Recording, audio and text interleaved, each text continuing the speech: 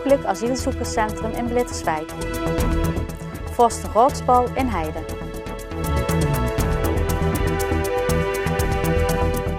Het is vandaag 20 november. Dit is het PLM Maasjournaal. De vaste bewoners van vakantiepark Het Roekenbos in Blitterswijk zijn ongerust over de komst van 750 asielzoekers. Donderdag tijdens een informatieavond in het plaatselijke gemeenschapshuis uitte ze hun vrees over de onveiligheid op het park. Robin van der Horst, manager van het Centraal Orgaan Opvang Asielzoekers, meldde dat er tussen 8 uur en 10 uur 30 COA-medewerkers aanwezig zijn. 'S Nachts zijn er 3 beveiligers. De bewoners van de 55 huisjes die uit de recreatieve verhuur zijn gehaald, kunnen op het park blijven. Ze zeiden niet tegen vluchtelingen te zijn, maar ze vinden 750 veel te veel. Volgens burgemeester Hans Gielissen is het onmogelijk het aantal te verlagen. Het is 750 of helemaal niets, aldus Gielissen. De bewoners zien veel voorzieningen op het park verdwijnen. Zo worden het restaurant, zwembad, bowlingbanen en speelhal gesloten. Bestuurder Anne aan de Wiel van de Vereniging van Eigenaren beloofde dat de winkel en de wasseretten open blijven. De ruim 80 eigenaren moeten nog een besluit nemen over de verhuur van 128 vakantiehuisjes gedurende 5 jaar aan het COA. De eigenaren vermoeden dat de verhuur de komende jaren flink afneemt omdat het Roekenbos midden in de bouwput ligt van de gebiedsontwikkeling Ooije-Wansum. De planning is dat eind januari of begin februari de eerste vluchtelingen er hun intrek nemen. Volgens Van der Horst is 2/3 deel van Sirius er komaf. Een deel van de ruim 80 eigenaren van huisjes op vakantiepark Het Roekenbos verzet zich tegen het bestuur. Ze willen het bestuur aan de kant zetten. Ze proberen ook zoveel mogelijk mede-eigenaren te mobiliseren om eind november tegen de verhuur aan het COA te stemmen. Ze voelen zich overvallen en vrezen waardedaling van de huisjes en dat er van het park weinig overblijft. Burgemeester Hans Gielissen wees donderdagavond de suggestie resoluut van de hand om vluchtelingen onder te brengen in Pascalis in Oostrum. Het bedrijf Work and Stay wil 300 Poolse werknemers huisvesten in het voormalige klooster. Het plan loopt flinke vertraging op.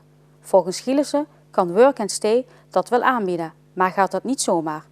Pascalis is een monument. Het is onhaalbaar het te verbouwen tot een asielzoekerscentrum, legde Gielissen uit. Ook de inwoners van Blitterswijk zijn kritisch over de komst van 750 asielzoekers. Wij staan zeker open voor vluchtelingen en zeker echte vluchtelingen. Ik denk ook dat die mensen absoluut opgevangen moeten worden. Wij zijn alleen van het standpunt dat dat een verdeelsleutel moet zijn. Het kan niet zo zijn dat op een park en op een gemeenschap van 1000 mensen of 1050 mensen daar zomaar even 700 mensen bijgezet worden. Ik denk voor de leefbaarheid in het dorp, dat is absoluut niet goed. Echte vluchtelingen die moeten geholpen worden, dat vind ik wel. Ik vind een aantal van 750 op een dorp van iets boven de 1000 inwoners vind ik buitenproportioneel veel. Nou, ik vind gewoon de manier waarop het gebeurd is, het wordt ons gewoon echt al opgelaten, want ik heb het gevoel dat het gewoon allemaal al geregeld is. We hebben geen enkele inspraak meer in. We hebben het 25 jaar geleden meegemaakt, toen waren het er 600. Er is best wel overlast geweest, achteraf is het meegevallen, maar dat was 2 jaar en 600. De tijd is heel veel veranderd, we zijn al 25 jaar verder, dus de maatschappij is harder geworden met alles. Je ziet maar wat er in prijs gebeurt. Dan worden er 750 op een gemeenschap neergezet van 1200 inwoners. Ja, dat vind ik gewoon niet kunnen. Wat dus ook dan gegeven was van gisteren, dan op L1 zag ik dan ook een bericht van nou stuur maar 30 gezinnen naar Blitterswijk toe. Op Roekenbos hebben we helemaal geen problemen mee. Maar er wordt gewoon echt keihard gezegd 750, want anders is het niet rendabel. Ik vind 750 gewoon niet kunnen op zo'n kleine gemeenschap. Die mensen moeten geholpen worden, dat is punt 1. Maar 750 op een klein dorp, dat is veel te veel. Dat was voor 25 jaar terug, was het ook veel te veel. Er staat er in de krant 600. Nou, geloof me dat het er toen 1000 waren. En dat was veel te veel en er is toen ook van alles gebeurd. Maar goed, zand erover. Geen oude koeien uit de sloot halen. En ja, 750 is gewoon te veel. Als het nou de helft is, daar heb ik nog vrede mee. Maar vooral voor oudere mensen en alleenstaanden, die hebben er heel veel moeite mee. Nou, ik heb niks tegen asielzoekers, maar ik vind dit toch een beetje veel, 750 op zo'n klein dorp. Dus, en er zijn zoveel locaties. Ik heb vanmorgen de krant gelezen, dan hoor ik dat wel er mannen inspringen daar op Pascalis. Maar Dan zegt de burgemeester niet doen. De burgemeester, nou goed. Zou dat niet beter zijn een beetje gaan verdelen dan? Laat er stukken wat komen, maar niet allemaal. Hè? Waar maak je dan zorgen over? Nou, we weten allemaal niet wat hier terecht komt natuurlijk. Want hebben de mensen allemaal papieren wel? Weten ze wat er hierheen komt? Want als je ziet wat in de wereld nou los is, dan weten ze zelf niet waar de mensen vandaan komen allemaal. Hè? Dus die maak je zeker een beetje zorgen van. God weet wat er gebeurt natuurlijk. Hè?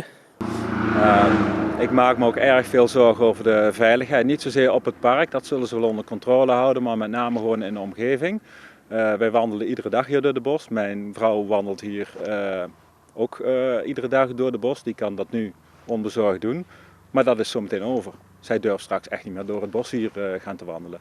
Onze kinderen fietsen iedere dag achter het Roekenbos om naar Horst naar school. Ik moet me eerlijk zeggen, als dat 's morgens om 7:15 gebeurt, als het nog donker is, dat wij ons ernstige zorgen maken. Niet alleen klopten afgelopen zaterdag de hartjes van menig kind sneller door de aankomst van Sinterklaas, maar ook gingen de harten van de echte carnavalsvierders tekeer. Er werd namelijk een start gemaakt met het nieuwe vastelavondseizoen. Dat ze zelfs met smink de lelijkste mensen mooi maakt. Traditiegetrouw vindt er in de gemeente Venray op de eerste zaterdag na de 11e van de 11e het Vorstenroodsbal plaats. De 14 aangesloten verenigingen van de Vorstenrood-Rooi bezochten afgelopen zaterdag de jubilerende carnavalsvereniging de Hetsbühle in Heide. Er is in het verleden wel een beetje twijfel over geweest wat een Hetsbühle is. De ene zegt het is een zak, en de ander zegt het is een zak met geld. Ja, omdat er in de hei vroeger veel rijke boeren woonden, is het een zak met geld. Dat is eigenlijk een Hetsbühle. De Hetsbühle in Heide zijn alweer maanden druk in de weer om er een gezellige avond van te maken van dit Vorstenroodsbal. Vorstenraadsbal is een bal, alle aangesloten carnavalsverenigingen van de Vorstraat uit Rooi, Venray. Die zijn aangesloten bij één vereniging, die noemen we de Vorstenraad.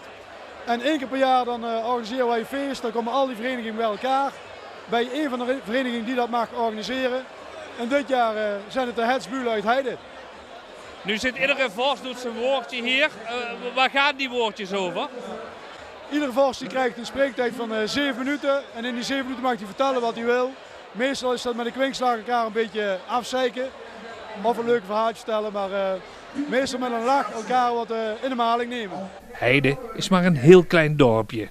Veel mensen trekken tijdens de carnaval naar het grote Venray. Dit geeft ook een reactie op de carnaval in het Hetsbühleriek. Ja, wij hebben afgelopen jaar voor de eerste keer 2 avonden van de carnaval geschrapt. Want wij zien ook dat zeker de Roets en Venray trekt heel veel publiek weg in de dorpen. Wat eigenlijk, ja, doodsteek wil ik niet zeggen, maar het is wel een grote aderlating voor de carnaval in het dorp, ja. Ben je een beetje boos op de pelaars?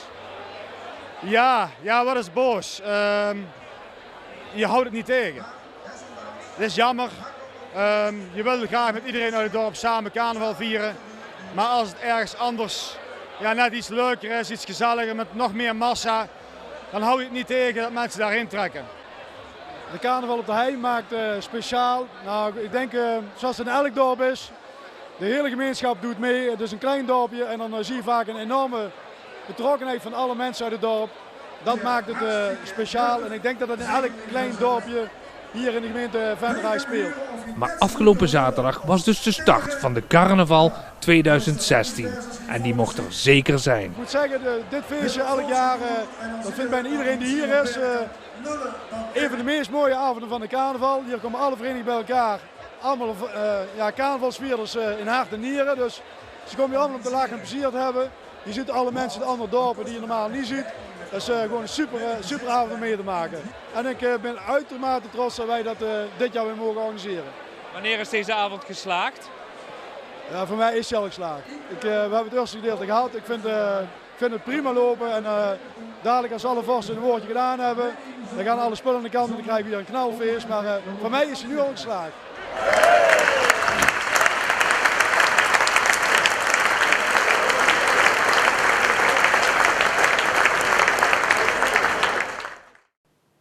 De officiële opening van de ijsbaan op het Schouwburgplein in Venray vindt plaats op vrijdag 11 december om 6:30. Voorafgaand aan de opening wordt in het winkelhart een nieuw evenement gehouden. Kerstboom in het licht. Kerstboom in het licht begint op vrijdag 11 december om 4:30 op de Grote Markt. We gaan dit jaar echt van en voor de Venraayse gemeenschap. En dat betekent dat we vrijdag 11 december een grote opening in gedachten hebben. Waarbij we het Venraayse verenigingsleven erbij gaan betrekken. We gaan de kerststal erbij betrekken, de kerstboom en natuurlijk de ijsbaan. Zonder meer om een heel feestelijke opening te krijgen van het geheel. Dat betekent dat we ook de medewerker van de deken hebben met zijn misdienaars. De basisschool Rommel, die zijn medewerking heeft toegezegd, die gaan het kerstverhaal uitbeelden. Samen met enkele jeugdleden van de schutterij Zandakker. Een aantal orkesten en koren die hier komen zingen. De feestelijke opening en inzegening van de kerstboom. Het verhaal dat er kerstballen en kerststerren door de basisschoolleerlingen worden gemaakt. En in de boom gehangen zelf. Ja, het is echt uniek wat hier gaat gebeuren. De ijsbaan is populair. Positieve geluiden? Ja, ijsbaan absoluut veel positieve geluiden. Heel veel respons. Met name het schoolschaatsen wat een ontzettend succes is geworden. Op dit moment moeten we constateren dat het gewoon helemaal vol zit. Venray krijgt dit jaar een open ijsbaan. Dat betekent dat de ijsbaan van alle kanten benaderbaar is. De plaatselijke horeca, de artiest en de Schouwburg in combinatie met Café Hulsman, die zullen de horeca gaan verzorgen. En dat betekent dat er een absolute mogelijkheid is om lekker op een terras te zitten. Verwarmd terras overigens zelfs. En dan te kunnen kijken op de ijsbaan waar de kinderen dan volop aan het schaatsen zijn. En de financiering, hebben jullie al helemaal rond? Nou, we zitten nog met een openstaand budget wat eigenlijk deels gegenereerd moet worden vanuit de schaatsverhuur. Vanuit het verhuren van de blokken. Een aantal acties die er nog aan gekoppeld zijn, waarbij de gemeenschap eigenlijk ook het wij-effect kan creëren. Dat betekent dat wij iedereen oproepen om symbolisch 1 vierkante meter ijs te kopen. Daarvoor in ruil krijgen ze dan uitnodiging voor de opening en 2 vrijkaarten om te gaan schaatsen voor €25. Maar het belangrijkste is dat we op die manier ook aantonen dat de burgers een klein beetje de ijsbaan van zichzelf kunnen laten zijn. En daar hopen we heel goed op een goede respons. En dat zal er ook voor zorgen dat in ieder geval begrotingstechnisch waarschijnlijk alles dicht is. Pelemaas TV maakt van Kerstboom in het licht een tv-programma. Mensen met een bijzondere kerstwens kunnen zich bij de redactie van Pelemaas melden. Tot zover het Pelemaasjournaal. Deze uitzending wordt herhaald tot en met morgenavond 6 uur. Morgenavond kunt u kijken naar een nieuwe aflevering van Sportlicht. Weer of geen weer, bij ons is het altijd vakantieweer. Komende nacht is het bewolkt. Er is ook kans op regen. Dit zet zich door gedurende het eerste deel van de zaterdag. De buien kunnen hagel en natte sneeuw bevatten en het wordt zo'n 7 graden. Zondag is wat zonniger, maar evengoed kans op een bui. Bedankt voor het kijken, fijn weekend en tot de volgende keer.